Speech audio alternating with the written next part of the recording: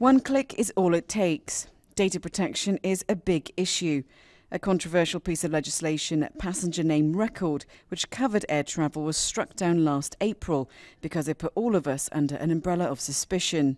But with the world struggling to stop the so-called Islamic State's foreign fighters committing acts of terrorism on EU soil, PNR could be making a comeback. Essentially, we start from a premise that we never use data about individuals for any other purpose than for the individual themselves.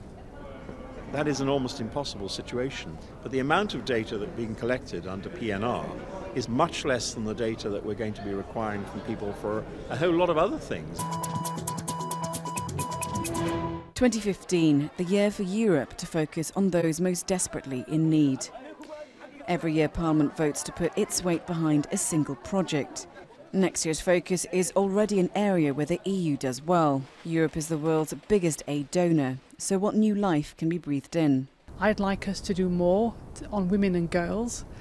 We have the Millennium Development Goals, but we still have a lot of discrimination against women, and we also have a lot of violence against women. Another topic on the Development Committee's agenda, child undernutrition. Victims of their circumstance, 2.6 million children from the developing world under the age of 5 die every year. The EU does spend a lot of money on this issue, but one of the problems is making sure the aid gets through to children, making sure we have the right kind of health support, and those will be our top priorities.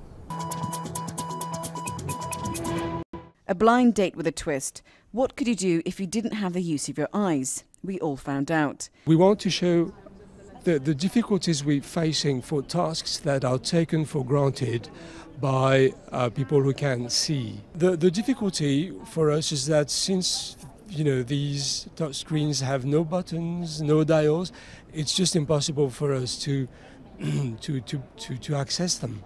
Those who had come to offer support had this message.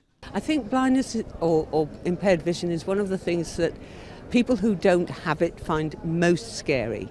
The European Blind Union pulls it all together for Europe. There's such a lot of help and advice and support. The European Blind Union are calling for new legislation.